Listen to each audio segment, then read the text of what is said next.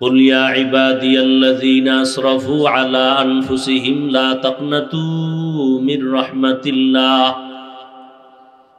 হে নবী, উম্মতকে জানায় দেন আমার পক্ষ থেকে, মূলত আমি আল্লাহ আমার বান্দাদেরকে বলতে চাই, হে আমার প্রিয় বান্দা বান্দিরা, তোমরা যারা গুনাহ করার দ্বারা নিজেদের উপরে জুলুম করেছো, আমার রহমতের দরজা থেকে তোমরা কেউ ফিরিয়া যেও না, বিমুখ হও না, নিরাশ হইও না। ইন্নাল্লাহা ইয়াগফিরুয যুনুবা জামিআ, নিশ্চয়ই আমি আল্লাহ সবার গুনাহগুলো মাফ করে দিব। ইন্নাহু হুয়াল গফুরুর রহিম, আমি আল্লাহ হলাম চূড়ান্ত ক্ষমাশীল, পরম করুণাময়। নবী মোহাব্বতের প্রিয় হলো কোরআন। আপনাদের কাছেও কি কোরআন মোহাব্বতের? বলেন, জিব্বা নারায় বলেন না তো শিখেন না কেন? পৃথিবীতে যেমন ইসলাম ধর্মের মতো সহজ ধর্ম নাই, ঠিক কোরআন শরীফের ভাষার মতো সহজ কোনো ভাষা নাই। কোরআন শিখতে 20 দিন লাগে। বলেন কয়দিন? 20 দিন। পুরা দিন লাগবে না, দৈনিক 1 ঘন্টা করে টাইম দিবেন, তাহলে কয় ঘন্টা হবে 20 দিনে? আর একটু জবান খুলেন না, কয় ঘন্টা? 20 ঘন্টা। আপনার টাইম নাই, আপনি খুব ব্যস্ত। ফজরের পরে দেন 1 ঘন্টা, না হয় এশার পরে ঘুমের আগে 1 ঘন্টা দেন। মুয়াজ্জিনকে বলেন আমাকে কোরআন শিখাও, সবাই শিখাই দিই। যেদিন শিখতে পারবেন ওই দিন বুঝবেন কি মজা জীবনে পাইছেন। আল্লাহর কোরআনের মতো মজার কোনো জিনিস নাই। আমি বান্দার কেউ জানে না কি নাম। আমি বঙ্গোপসাগর কুয়াকাটার পারের এক সন্তান ছিলাম, কেউ চিনত না আমারে, কিন্তু আজ আল্লাহ এত সম্মানের চেয়ারে বসায় দিয়েছেন। আমার বাবার পরিচয় না, আমার বাহাদুরি না, টাকার গরম না, একমাত্র কোরআনের বরকত, নবীর আদর্শের বরকত। মানেননি? মানলে এই জিনিসটা আমনের মধ্যে হইলে কত দাম বাড়ত। এই যুবকেরা, ভালো করে একটু বুঝো, আল্লাহ পাক পশুকে বুঝার মতো জ্ঞান দেন নাই, মেধা দেন নাই। একটা গরুরে যদি ওয়াজ করো, এই গরু, যুবকদের বলছি খেয়াল করো বাবা, 3 দিনের জন্য শ্বশুর বাড়ি বেড়াইতে যাই, আমার বাড়িটা তুমি পাহারা দিবা। কারে কয়? গরুরে। তোমার জন্য সুন্দর খানা আছে, ঘরের পিছনে গেলে তুমি ঘাস পাইবা, কাইটা রাইখা দিছি 3 দিনের খের কুটা। আর যদি বাথরুমের ব্যাগ হয়, আমার টাইলস মোজাইক করা বাড়ির আঙ্গিনায় করবা না, সুন্দর একটা পাকা বাথরুম বানাইছি, ওই যে দেখা যায় দরজা খোলা, টান দিলে খুলে যাইব। বাথরুমের প্রয়োজন হলে তুমি ওখানে গিয়া বাথরুম করিও। আমার এই বাড়ির কোনো রাস্তাঘাটে করবা না, বাড়িটা পাহারা দিবা। গরুডারে 3 ঘন্টা বয়ান করলে কি পরিমাণ বুঝবে। বাথরুমের প্রয়োজন হলে দৌড় দিবে বাথরুমে, না জায়গায় ছাড়বে। মালিকের মাথায় পড়লো সরি, আর বলবে না। বলবে যে সরি মালিক, বুঝতে পারি নাই, তুমি যে নিচে বইয়া রয়েছ। মানুষ আল্লাহ তোমাকে জ্ঞান দান করছেন, কেমন জ্ঞান আমি কেমনে বুঝাবো রে বাবা? আমার তো কাম না তোমার পিছনে সময় দেওয়া। আজকে আমার কাজ ছিল, আলেমদের কাজ ছিল, উত্তরবঙ্গে যাব, চট্টগ্রামে যাব, ওখানে কাদিয়ানিরা মুসলমানের কাদিয়ানি বানায় টাকা দিয়া, খ্রিস্টানরা মুসলমানের ওই ধর্মে নিয়ে যাইতেছে টাকার লোভ দেখাইয়া। ওদের পিছনে মেহনত করা দরকার। তুমি তো মুসলমান, তোমারে আমার মেহনত কেন লাগবে? তুমিও যেই আল্লাহ মানো, আমিও সে আল্লাহ মানি। তোমার আল্লাহ আমার আল্লাহ এক, তোমার নবী আমার নবী এক, তোমার ধর্ম আমার ধর্ম এক। ঠিক নি যুবক? তোমার কালেমা আমার কালেমা এক, তোমার আমার কোরআন এক, নাকি আলাদা? তোমার আমার কাবা, তোমার আমার কাবা এক, দুনিয়াতে আসছি এক, নাকি আপনারা লঙ্গি পরে আসছেন? বিদায় বেলা কাফন হবে কয়টা? আমি বক্তার জন্য সম্মানে একটা কাফন কেউ বাড়াইয়াও দিবে না। ভাবো, এই বয়ান কুত্তারে বললে, গরুরে বললে বুঝবে? তা তুমি বুঝো না কেন? তোমার মধ্যে আল্লাহ বুঝার মতো মেধা দিয়েছেন। তোমার মেধার পরিধি কত জানো? তোমার মেধা দিয়া, এই যুবক, তোমার মেধা দিয়া যথেষ্ট হয়ে যাবে গোটা দুনিয়াটাকে নিয়ন্ত্রণ করা। এই পরিমাণ মেধা তোমার মধ্যে আছে।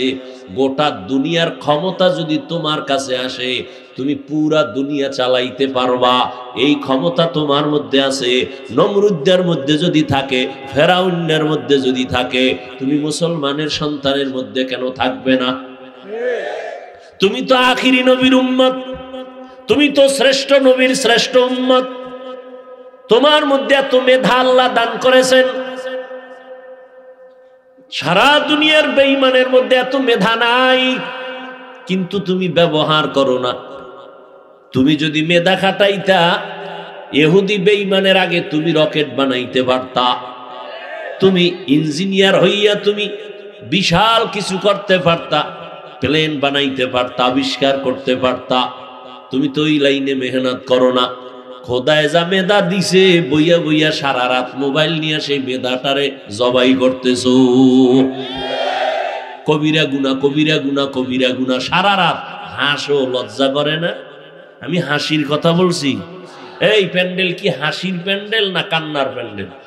তা তুমি হাসো কেন? কেন হাসো? তাও নবী বলে গেছেন ১৫০০ বছর আগে, লা ঈমানা লিমান লা হায়া আলা, যার লজ্জা নাই তার ঈমান নাই। আমি তো হাসির কথা বলি নাই, যা বলছি তা কান্না দরকার। তোমার চিন্তা করা দরকার, আমি একজন শ্রেষ্ঠ মানুষ হইয়া, আখিরি নবীর উম্মত হইয়া কেন আমি সারা রাত নষ্ট করি কবিরা গুনাহ করিয়া? আমার মতো একটা যুবক সুন্দর মেধা নিয়ে, আদর্শ নিয়ে যখন দাঁড়াবে, এই মিয়া, মহিলা আর পুরুষের মধ্যে ব্যবধান আসেনি নাকি সমান? একটু উত্তর দাও বাবা। আছে না? জ্ঞানের মধ্যেও ব্যবধান আছে। মহিলাদেরকে বলা হয় অর্ধেক জ্ঞানের মালিক। পুরুষের আল্লাহ সৃষ্টিগতভাবে যেই জ্ঞান দান করেছেন, এর অর্ধেক দিচ্ছেন নারীকে। কিন্তু একজন নারী দেশটারে কেমনে চালাইতেছে, কোনো আওয়াজ নাই। দুর্ভিক্ষের আওয়াজ সারা দুনিয়ায়। পাকিস্তানের খবর লও, মানুষ খাইতে কষ্ট, টাকা নাই, মালের দাম আকাশচুম্বী। আমগো বাংলাদেশের মানুষ কষ্ট করে অনেক, কষ্ট করে অনেক, কষ্ট করে, আর পরও না খাইয়া মরে না।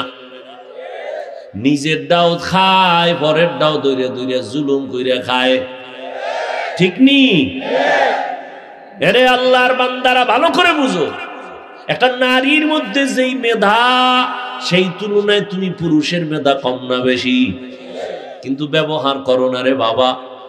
এত মেধা আল্লাহ দান করেছেন, ওই মেধা নষ্ট করে ফেলতেছো রে বাবা। আজকে দুঃখ, তুমিও মুসলমান, আমিও মুসলমান। আমি যদি বলি আপনারা কারা কারা আল্লাহরে ভয় করেন, সবাই দুই হাত উঁচু করবে, পারলে দুই ভাও আলগি দিয়ে দিবে, বলবে হুজুর আপনাদের থেকে আমরা আল্লাহরে বেশি ভয় করি। কেমনে? আপনাদের মধ্যে কোনো মিল নাই। আপনারা একে অন্যের বিরুদ্ধে শুধুই বয়ান। দুই ইমাম, এক ইমাম আর একজনের উল্টা, এক আলেম আর এক আলেমের উল্টা। আমগো মধ্যে কোনো উল্টা নাই। আমরা সবাই এক। হিন্দুদের বুঝায় যাইয়াও সন্দেশ খাই। আমগো মধ্যে কোনো হিংসা নাই। দেখছেন নি যুক্তি কারে কয়? কেমন যুক্তি দিয়া দাঁড়ায় রইছে। এই যুক্তি যখন আমারে দিছে, ওটার অন্তরে আছে না? তো অন্তরে যখন থাকে, ভাবে তো আমরা তো হুজুরগো থেকে একেবারে খারাপ না। এই যখন ভাবায়, তখন হুজুরগো আর ভাল লাগে না। তখন এই উল্টা পাল্টা কথা শুরু করে। হুজুরগো থেকে আমগো ইমান তাজা, জান্নাতে গেলে আমরা আগে যাব। আল্লাহ মাফ করেন। ভালো করে বুঝরে যুবক ভাই, তোমার আমার আল্লাহ এক, নবী এক, কোরআন এক, কাবা এক, ধর্ম এক, কালেমা। দুনিয়াতে আসছি এক, মরণকালে কাফন হবে এক। আমি বক্তার সম্মানে একটা কাফন কেউ বাড়াইয়াও দিবে না। তুমি রিক্সার ড্রাইভার, মরণকালে গরিব হওয়ার কারণে একটা কাফন কেউ কমাইয়াও দিবে না। কবরের সাইজও হবে এক, কাফনের কালার হবে আলাদা। আওয়ামী লীগের কাফন হবে এক কালার, বিএনপি এক কালার, তাবলিগওয়ালা এক কালার, চরমনাই আর এক কালার। রাগ করেননি? রাগ কইরেন না। সবার কাফনের কালার কি কি? সেটা কালো। হ্যাঁ, এই মরার পরে কঠিন ভাবে বোরকা পরে কি লাভ হবে? এই পোশাকটা যদি মরার আগে পরো, মদিনাওয়ালা খুশি হয়ে যাবেন। এখন শুধু টুপি পরবা তাই রাজি হও না। তুমিও মুসলমান, আমিও মুসলমান। কেমন?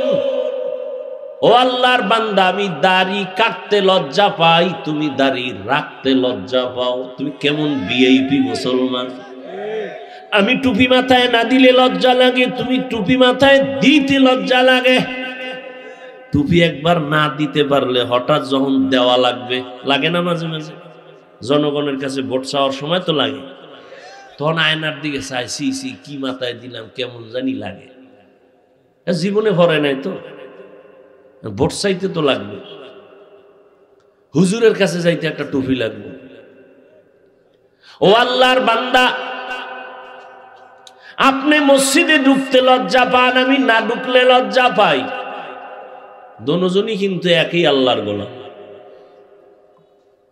আপনি নামাজ পড়তে লজ্জা পান, আমি নামাজ না পড়লে লজ্জা পাই। আপনি পর্দা করতে লজ্জা পান, আমি পর্দা না করলে লজ্জা পাই।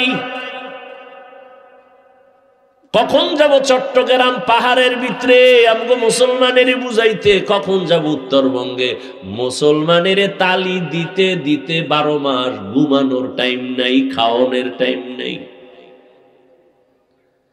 ও আল্লাহর বান্দা, তোমার পেছনে এত মেহনত কোন করি, তুমি আমগো বেতন দাও?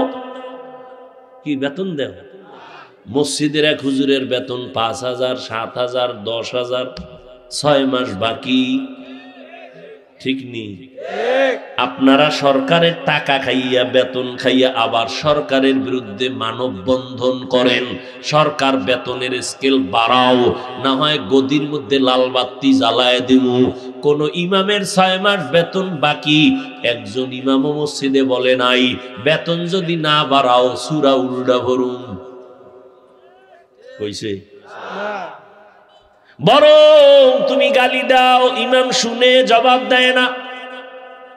তাবলীগওয়ালারা তোমার পেছনে ঘুরে, পীর সাহেবরা ঘুরে কিছু পাওয়ার জন্য না, তুমি টাকা পয়সা দিবা। অথচ তোমার পাশে দাঁড়াইলে কি গন্ধ, বিড়ি টানছো, গাঞ্জা খাইছো, কত গন্ধ, পোশাকের গন্ধ। আমি বেশভূষা নাই, স্বাভাবিক চলি, তারপর আমার পোশাকটা পরিচ্ছন্ন। একজনে দাঁড়াইলে ঘেরান পাবে। তুমি তো সারাদিন অজু গোসল নাই, গন্ধ। পোশাকটা ধোয়ার টাইম নাই, গন্ধ। এত কিছুর পর আমার পরিষ্কার পোশাক নিয়ে তোমার বুকটার সাথে বুক লাগাই। তাবলীগওয়ালারা হাতে ধরে সুন্দরভাবে বুঝায়। কি বুঝায়? আমার দলে আসো। একবারও বলে না। সবাই কয় আল্লাহর গোলামি করো, নবীর তরিকা মাইনা চলো, নবীর আদর্শ মানিয়া চলো। কারণ ভালো যদি হইতে চাও, সম্মানের জায়গায় যদি থাকতে চাও, ওই সম্মানের জায়গার জন্য তোমার চরিত্র ভালো লাগবে, সুস্থতার জীবন লাগবে, 2টা পুঁজি লাগবে। এই বাবা, ডাক্তার হইয়াও যদি সর্বোচ্চ সম্মানের চেয়ার পাইতে চাও, এরকম সর্বোচ্চ সম্মানের চেয়ারে বসা আমগো দেশের সন্তান ডাক্তার, ইঞ্জিনিয়ার আছে না? কথা কন না কেন ভাইরা আমার? ডাক্তার প্রাণ গোপাল দত্ত বর্তমানে এমপি, নাম শুনেন নাই? নাক কান গলার, বিদেশ পর্যন্ত তারে নিয়ে যায় টাকা দিয়া, সিরিয়াল, সম্মান। সে যেই জায়গার এমপি, একটা মাদ্রাসাওয়ালার হুজুরদেরকে কলিজা দিয়া মোহাব্বত করে, হিন্দু কলিজা দিয়া মোহাব্বত করে, প্রত্যেকটা মাদ্রাসায় গিয়া সহযোগিতা করে, এবং করোনার সময় ঘোষণা দিছে আমি এমপি যতদিন আছি আমার এলাকায় কোরআনের কোন মাহফিল আজীবন চলবে, বন্ধ হবে না। আমাকে স্টেজে এইসব বক্তব্য দেয়, সুন্দর ব্যবহার দেখলে কলিজা ঠান্ডা হয়ে যায়। একজন হুজুর অসুস্থ, সব চিকিৎসার টাকা সে দিয়ে দিছে। তুমি ডাক্তার হও, তবে গ্রাম্য ডাক্তার না, হয়তো জিদ করবা, তোমার মধ্যে সেই জিদ করার মেডিসিন তো আছে, হয়তো জাতীয় নয় আন্তর্জাতিক। গ্রামের ডাক্তার হয়ে লাভ কি? সাহস নিয়ে আগাও, তবে সেই সাহসকে চূড়ান্ত ভাবে টিকাইয়া রাখতে পুঁজি লাগবে দুইটা। লেখা রাখিস যুবকেরা, মানো আর না মানো, কথা লিখে রাখিস, মানুষ এটা দেখলে স্মরণ করবে আজীবন। দুই পুঁজি লাগবে। কয় পুঁজি? একটা হলো সুস্থতা, দ্বিতীয় পুঁজি হলো সৎ চরিত্র। তুমি পরীক্ষায় নাম্বার 99, 100 পয়েন্ট আরো বেশি, গোল্ডেন এ প্লাসের থেকেও বেশি, দেশ সেরা, তুমি শ্রেষ্ঠ পরীক্ষার্থী, কিন্তু চরিত্র খারাপ, জীবনে লাত্তি ছাড়া কিছু পাবি না। সর্বোচ্চ সম্মানের স্থানে থাকতে হলে পুঁজি লাগবে কয়টা? এক, কয় না, দুই, সৎ চরিত্র, আখলাকে হাসানা। এই দুইটাকে জবাই করতেছে মোবাইল। সুস্থতা জীবনের অমূল্য সম্পদ। বাড়ি আছে, গাড়ি আছে, ডাইনিং টেবিলে হরিণের গোশত, উটের গোশত, গরুর গোশত, দুনিয়ার সব হালাল মাছ, কিন্তু তুমি বিছানার রোগী, খাইলেই মরণ। এই জিন্দেগির লাভ আছে? কোনো লাভ নেই। এজন্য পুঁজি লাগবে কয়টা? সুস্থতা আর সুন্দর চরিত্র। সুস্থতার জন্য মোবাইল কি ক্ষতি করে? আমগো কিয়ামতে ফিডাফিডি তো আছেই মরার পর, কিন্তু দুনিয়াতে তোমার নগদ কি ক্ষতি হচ্ছে? আজকে বাসায় গিয়া মোবাইলে তো জীবনবার আকামি করছো, আজকে গিয়ে একটু গুগলে সার্চ দিবি। আমি বলে গেলাম যুবকদেরকে, পৃথিবীর সব চিকিৎসা বিজ্ঞানীরা একমত, মানুষের শরীরের সুস্থতার জন্য আল্লাহর দেওয়া একটা ফ্রি মহা ঔষধ আছে, রাতের ঘুম। শুধু ঔষধ না, মহা ঔষধ। কি সেটা? কি? ঘুম। সমস্ত চিকিৎসা বিজ্ঞানীরা একমত। এই ঘুম জবাই করছে কি দিয়া?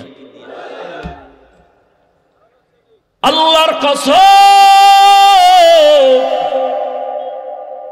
এই মোবাইলে কি কি ক্ষতি করে গুগলে সার্চ দাও। আমগো হুজুরগো কথা তো বিশ্বাস হয় না, এই জন্য বলছি ওখানে যা, কারণ ওখানে তুমি গুরুরা বসা, বড় বড় টাইওয়ালা, বড় বড় গবেষক, বড় বড় ডাক্তার।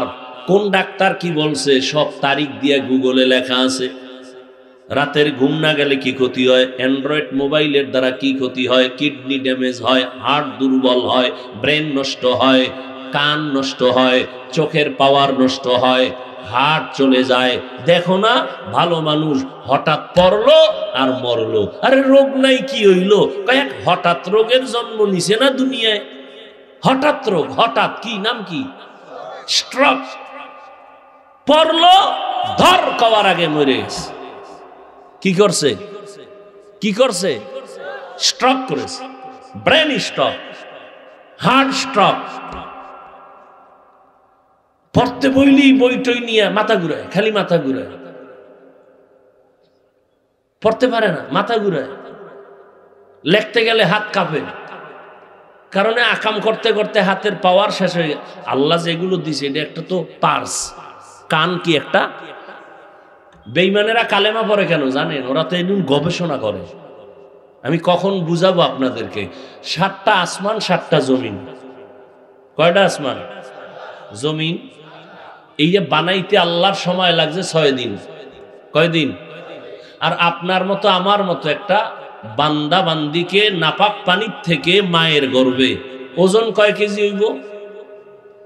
আরে কন্যা কেন, মায়ের গর্ভে ওজন কয় কেজি? 2-3 কেজি। লম্বা কয় হাত? হ্যাঁ হিসাব করেন, কয় হাত? 1 হাত। এই একটা বান্দা বানাইতে সময় লাগাইছে আমার আল্লাহ 6 মাসের মতো। এত বিশাল আসমান কয়টা? 7টা জমিন বানাইতে সময় নিলেন 6 দিন। তোমার মতো আমার মতো 1.5 ব্যাটারি রে বানাইতে 6 মাস কেন?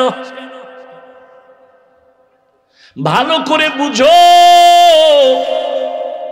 এর এক জবাব হলো ভালোবাসার জিনিস বানাইতে সময় লাগে। আমরা আল্লাহর ভালোবাসার না, চিনলাম না সে আল্লাহরে। আল্লাহ যে কত মায়া করেন আমরা চিনলাম না। দ্বিতীয় জবাব, টোটাল 7 আসমান, টোটাল 7টা জমিনের মধ্যে এই পরিমাণ ডিজাইন নাই। মানুষের একটা চোখের মধ্যে যেই পরিমাণ ডিজাইন আল্লাহ দিয়েছে। কাদের কুদরত দারি বার কামাল, আন্তা রব্বি আন্তা হাসবি জুল জালাল, তুহি কাদের জলিলুল্লাহ জাহাদার, বহর হালে তুহি মেরা নিগাহদার। রাগ করেননি আপনারা? একটা চোখের মধ্যে যেই ডিজাইন আছে 7 আসমানে ওই ডিজাইন নাই। এই জন্য আল্লাহ কয় নজর করিয়া দেখ। ওয়াত্তিনি ওয়াজ্জাইতুন ওয়া তুরি সিনিনা ওয়া হাযাল বালাদিল আমিন, লাকাদ খালাকনাল ইনসানা ফি আহসানি তাকওয়িম। 4টে জিনিসের শপথ করে আল্লাহ বলেন, আমি মানুষের এত সুন্দর করে বানাইছি, এমন সুন্দর কোন প্রাণী আমি বানাই নাই। এই মিয়া বুঝো, 100 টাকার ফর্মা আছে না, ওটার কি কয়? 100 টাকা যে বাইরে ওটার কি ডাইস কয় না কি জানি কয়। 100 টাকার ডাইস থেকে যত কোটি কপি বের হবে কয় টাকা? 500 হবে না? 500 টাকার ফর্মা থেকে যত কপি বের হবে কয় টাকা হবে? 1000 টাকার ফর্মা আলাদা, ওখান থেকে যত কপি বের করবে 1000 1000 1000। আর আমার মালিক আদম থেকে শুরু কইরা আজ পর্যন্ত হাজার লাখ কোটি কোটি কোটি কোটি এক ফর্মা দিয়া সন্তান দুনিয়ায় পাঠাইছেন। নজর কইরা দেখো রে বাবা, একজনের চেহারার সাথে আর একজনের কোনো মিল নেই, কণ্ঠের সাথে কোনো মিল নাই, আঙ্গুলের টিপের সাথে কোনো মিল নাই, একজনের চোখের ডিজাইনের সাথে আর একজনের চোখের ডিজাইনের মিল নাই।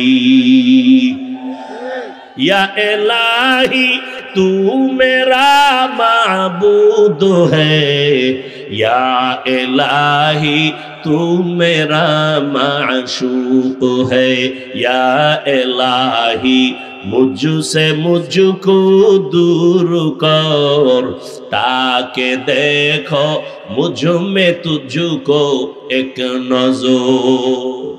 ও আল্লাহর বান্দার ওই মাওলারে কেন চিনো না রে বাবা? আমার আল্লাহ একই মায়ের থেকে সন্তান বের করলেন 5টা। ও গাজীপুরের মানুষ, দেখছো তাকাইয়া বাবা, যেই ফ্যাক্টরি থেকে সিমেন্ট বের হয় ওখান থেকে রড বের হয়নি, যেই ফ্যাক্টরি থেকে যেই মেশিন থেকে তৈল বের হয় ওই মেশিন থেকে চাউল বের হবে নি, লবণ আসবে নি, হাসবে না। কিন্তু আল্লাহ কেমন মিস্ত্রি, একটা মাকে ফ্যাক্টরি বানাইয়া 5টা সন্তান দান করলেন। একই ফ্যাক্টরির সন্তান, কারো চেহারার মিল নাই, কণ্ঠের মিল নাই। আবার দেখা যায় একজন সুস্থ আর একজন অসুস্থ, কেউ জবান দিয়ে কথা বলতে পারে না, কারো চোখের পাওয়ার নাই, ও অন্ধ হইয়া আছে, একটু আগে মাদ্রাসায় বসলাম, এশার নামাজ পড়লাম, একটা হাফেজে কোরআন আসছে, সালাম দিল, বলল হুজুর আমি আপনার ভক্ত, আমি অন্ধ, চোখে দেখি না, একটু মাথায় হাত দিয়া দোয়া করে দেন। ও যুবক, সারা রাত্র যেই চোখ দিয়া মোবাইল তাকাইয়া কবিরা গুনাহ দেখো, মাওলায় যদি অন্ধ বানাইতেন বল কেমনে গুনাহ দেখতি। এরে বাইতুল মুকাররমের গেইটে গিয়া দেখবি কত অন্ধ ভিক্ষুকরা ভিক্ষা করে, বিভিন্ন বাস টার্মিনালে অন্ধরা লাঠি নিয়ে বাসে উঠে উঠে ভিক্ষা চায়। সায়েদাবাদ বাস টার্মিনালে অন্ধ মানুষ ওইটা বলে যাত্রাপথে আপনারা সিলেট যাবেন, বরিশাল যাবেন, খুলনা যাবেন, চট্টগ্রাম যাবেন, যাওয়ার পথে আমারে কিছু দান করেন, আমি অন্ধেরে আপনাদের 2 টাকা নিয়ে আমি সন্ধ্যাবেলা কিছু বাজার নিয়ে ঘরে যাই, আপনাদের যাত্রা সুন্দর হবে আমি দোয়া করি। অন্ধের দোয়া মাওলা ফিরায় না, এই কইয়া কান্দে আর কয় আপনাদের টাকা যখন পাই আমি সন্ধ্যাবেলা কিছু চাল ডাল নিয়ে ঘরে যাই, আমার 2টা ছোট বাচ্চা আছে, ঘরের মধ্যে যখন ঢুকি আমার আওয়াজ পাইয়া আমার বাচ্চা 2টা একটা দৌড় দেয়, দৌড়াইয়া আইসা 2 বা সন্তান 2 হাত ধইরা কয় আব্বু মজা দাও মজা দাও। আমি পকেট থেকে বের করে 2টা চকলেট আমার বাচ্চা 2টারে দেই। এই বাচ্চা 2টা চকলেট পাইয়া আমার গলা জড়াইয়া 2 বাচ্চা 2 দিক দিয়া আমার গালে চুমু খায় আর কয় আব্বু তুমি কত ভালো, তুমি কত ভালো। আমি আমার বাচ্চা 2টারে কোলে জড়ায় কাঁদি আর বলি ও দয়ার মালিক তুমি আমারে এমন অন্ধ বানাইছো, আজকে সন্তান আমার গালে চুমু খায় আর বলে আমি নাকি বড় ভালো, কিন্তু আজ পর্যন্ত দেখতে পারি নাই আমার বাচ্চা 2টা কেমন ভালো, আমার স্ত্রীর চেহারা দিয়ে তাকাইয়া দেখতে পারি নাই। এ যুবক, কত মানুষ ভালো হঠাৎ অসুস্থ, জ্বর, বিছনায় পইরা হঠাৎ কইরা তার চোখের পাওয়ার চলে গেছে, হয় না? মাওলায় যদি বেজার হইয়া তোরে অন্ধ বানায় দেয়, দুনিয়ার তোর কোনো বাবার ক্ষমতা নাই চোখ ভালো করবে, আছে? কোন সাহসে গুনাহ করো? সারা রাত মোবাইলে গুনাহ কইরা যে ঘুমাও, ঘুমের মধ্যে মরে না? তোর যদি ওই ঘুমেই মরণ হয় কবরে কি উপায় হবে রে বাবা? বেঈমানের তো এই কথা বুঝানো যায় না, কিন্তু তুমি তো আল্লাহ মানো, নবী মানো, কোরআন মানো, হাদিস মানো, তুমি কেন বুঝবা না আমার মাওলার কোরআন? নাকি মনে করছো কোরআন মিথ্যা? তাহলে বল, একটা ভুল পারলে বের কর। আল্লাহর কসম, আমি এখন দাড়ি কেটে ফেলবো, রাস্তায় প্যান্ট শার্ট টাই লইয়া আল্লাহর বিরুদ্ধে কথা বলবো, পারবি? দুনিয়ার কোন পণ্ডিতেরা অপচেষ্টা কম করে নাই, একটা ভুল বের করতে পারে নাই, বরং বহু বিধর্মীরা কালেমা পড়ে মুসলমান হয়ে গেল। ওই কোরআনের পুঁজি নিয়ে বাহাদুরি কইরা বইলা গেলাম রে যুবক, ওই কোরআনে কোনো ভুল নাই, ওই কোরআনে যা আছে সব সত্য। আরে আল্লাহ পাক জান্নাতের বয়ান করছেন সত্য, জাহান্নামের বয়ান করো। যারা নেক আমল করবা তারা জান্নাতি, যারা গুনাহ করবে তারা জাহান্নামী, এটাও কোরআনের আয়াত। আবার জাহান্নামটা কেমন, জান্নাত কেমন, তাও আল্লাহ বয়ান করেছেন। ও যুবক, আমি কিন্তু এতক্ষণ যে চিল্লাইলাম একবারও কিন্তু কাউকে বলি নাই আমার মতো বড় হুজুর হইয়া যাও, একবারও বলি নাই তাবলীগে যাও, না গেলে জাহান্নামে যাইবা, একবারও বলি নাই পীরের কাছে না গেলে জাহান্নামে যাইবা, একবারও বলি নাই। বরং আমি বলবো তুমি যেখানে আছো থাকো, তবে তোমার সিস্টেম পাল্টাও, তোমার চরিত্র পাল্টাও, মদিনার চরিত্র লাগাও। কারণ নবীর চরিত্র ছাড়া, আদর্শ ছাড়া দামি কোনো আদর্শ আর কারো কাছে আসেনি। থাকলে বল আল্লাহর কসম আমি তার কাছে যাব, নবীরটা বাদ দিয়ে দিব। নবীর থেকে ভালো আদর্শ থাকলে বলো আমি ওইটা নিব। তা নবীরটাই ভালো, বলো নবীরটাই ভালো। তো বলো তো নবীর আদর্শের মধ্যে কি নখ কাটার নিয়ম নাই, চুল কাটার নিয়ম নাই? তুমি বেঈমানের পা চাটো কেন বলো তো বাবা? চুল কাটছো বেঈমানের লাইনে, কারণ কি? মোহাম্মদ নবীরে পছন্দ হয় না তোমার, তো কেন বেঈমানের লাইনে চলো বলো? কি স্বার্থ কি? একটা যুবক দাঁড়ায় বলো যে হাফিজ ভাই বেঈমানের লাইনে চুল কাটলে চোখের জুতি বাড়ে, একটা বল। সবাইরে সাক্ষী রেখে কসম খাইলাম আমি ওই লাইনে যাব, একটা উপকার বল যে হাফিজ ভাই বেঈমানের লাইনে চললে যৌবন বাড়ে, বেঈমানের লাইনে চুল কাটলে দাড়ি কাটলে স্বাস্থ্য ভালো থাকে, মাথা গরম হয় না, একটা বল আমি ওই লাইনে যাব। যুবকেরা বলো আছে কোনো উপকার? তো কেন এই আকাম করো বলো? যদি বলো ভাইজান না বুঝা কইরা ফেলাইছি, তাহলে বলো আমার নবীরে কেন কষ্ট দাও? আমার নবীর আদর্শ ধরো।